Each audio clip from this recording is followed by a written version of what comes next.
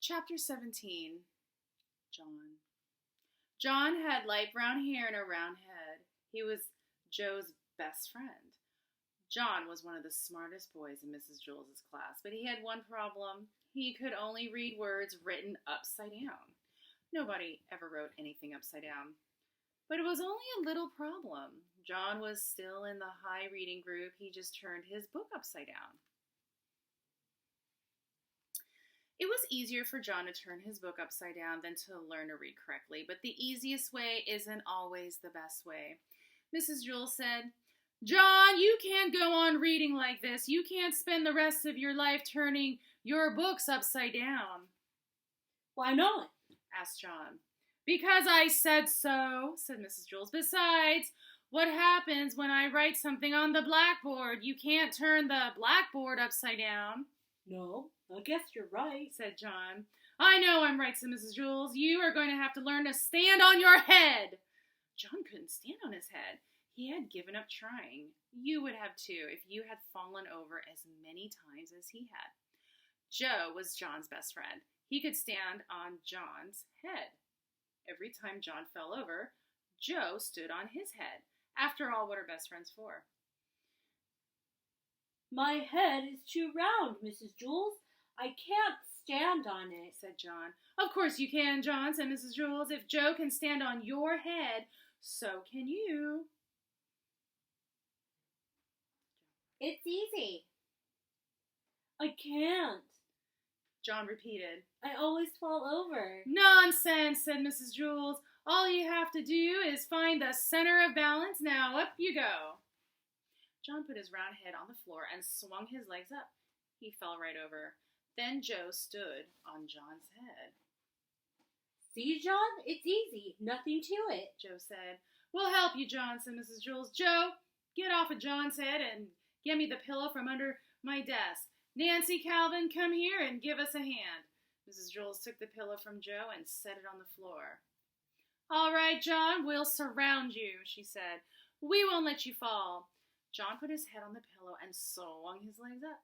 He started to fall one way, but Nancy pushed him back up.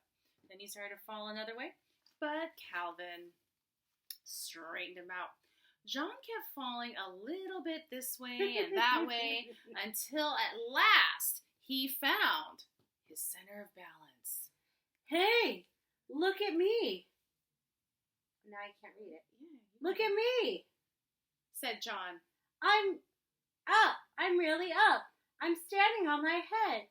I found my center of balance. It's beautiful. I can read the blackboard. Hey, Calvin, bring me a book. You don't have to turn it upside down. Ha ha, hey, hoo, ah!" Bam! While Calvin went to get the book, John fell flat on his face. "You better stay off my head, Joe," he warned. "Are you all right, John?" asked Mrs. Jules. "Yes, I think so. I feel a little funny. Hey, I can still read the blackboard, and I'm not upside down. I can read right side up now. When I fell, I must have flipped my brain or something." "That is wonderful, John," said Mrs. Jules. "Here, put the pillow back under my desk. As a reward, you may have a Tootsie Roll Pop. They're in the coffee can on top of my desk." John placed the pillow on top of her desk.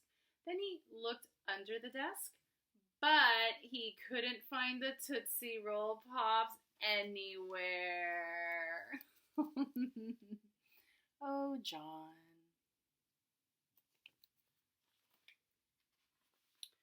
Chapter 18. Leslie. Leslie had 5 fingers on each hand and 5 toes on each foot. For each hand she had an arm, and for each foot she had a leg. She was a very lucky girl, and she had 2 lovely long brown pigtails that reached all the way down to her waist. When Mrs. Jules asked a question, Leslie could raise one of her hands. When Leslie was adding, she could count on her fingers. When Paul pulled one of her pigtails, she could kick him with one foot while standing on the other. But Leslie had one problem. She didn't know what to do with her toes. She had 10 adorable little toes and nothing to do with them. As far as she could tell, they served no useful purpose. "Suck your toes. That's what I do, said Sherry. But Leslie's foot wouldn't reach her mouth, Well, that's all toes are good for, said Sherry. She put her foot in her mouth and went to sleep. No, thought Leslie. They must be good for something. They just have to be. During recess, she asked Dana, Dana, what do you do with your toes? I scratch the back of my legs, said Dana. First I scratch my left leg with my right foot, then I scratch my right leg with my left foot. But my legs don't itch, said Leslie. Well, that's good, said Dana. In that case, you can scratch my legs. With your help, I can scratch both legs at the same time. No, never mind, said Leslie. She walked up behind Louis, the yard teacher, and hopped on his shoulders. Louis, said Leslie, I don't know what to do with my toes. Louis tugged her foot. Yeah, well, that is a serious problem, he said. But I'll tell you what I'll do. I'll take them off your hands for you, or rather your feet. Just cut them off and give them to me. What? asked Leslie. Well, you don't want them, so I'll take them, said Louis. You won't have to worry about them ever again. No, said Leslie. I'll give them to Miss Mush, said Louis. She can make little hot dogs out of them. Miss Mush was the lunch teacher. No, I'm not going to give my toes away, said Leslie. All right, said Louis. I'll give you a nickel apiece for them. No, you can't have them, said Leslie. Why not? Louis asked. They're no good to you anyhow, and think of all you can buy for 50 cents. It was the old days. The bell rang. I'll think it over, said Leslie. She ran back to class. Mrs. Jules, said Leslie, I don't see any reason for keeping my toes. Oh, Leslie, I'm sure there are lots of good reasons, said Mrs. Jules. Well, I can't think of any. My legs don't itch, and I can't get my foot in my mouth.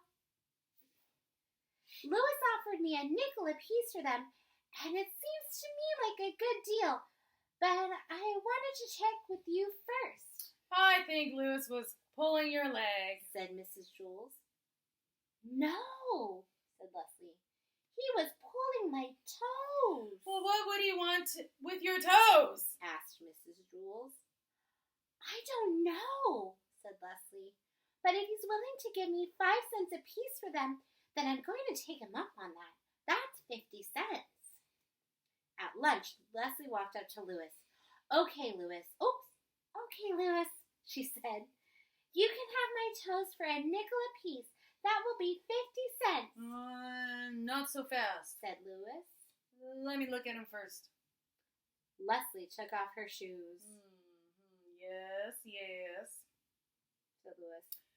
The big ones are good, and the ones next to them, but the most I'll give you for the rest of your toes is 3 cents each. Leslie was furious. 3 cents each? You told me 5 at recess. I'll give you 5 cents for the big ones, but just look at that scrawny little runt of a toe on the end there. You're lucky to be getting even 3 cents for it. I think you're getting a darn good deal. I happen to like that toe, said Leslie. Well, fine then, said Louis. Keep it. I'll just take the 2 big toes and we'll call it square. He reached in his pocket and pulled out a dime. Nothing doing, said Leslie. These toes are sold as a set. It's either all 10 for 50 cents or no deal. What am I going to do with just 8 toes? Well, then forget it, said Louis. I'm not going to give you a nickel for those scrawny little end toes. Fine, said Leslie. No deal. My toes will still be here if you change your mind. She turned and walked toward this hopscotch area. Wait a second, said Louis. Louis called. I'll give you $1 each for your pigtails. Leslie turned around and looked at him with fiery eyes. Cut my hair? She exclaimed. Are you crazy? And here is Leslie with her pigtails and her little piggy toes. Now, we don't usually read another chapter, but we're feeling very generous tonight, and we're going to throw in another chapter for you. Chapter 19. Are you ready? Miss Zarves. There is no Miss Zarves. There is no 19th story. Sorry.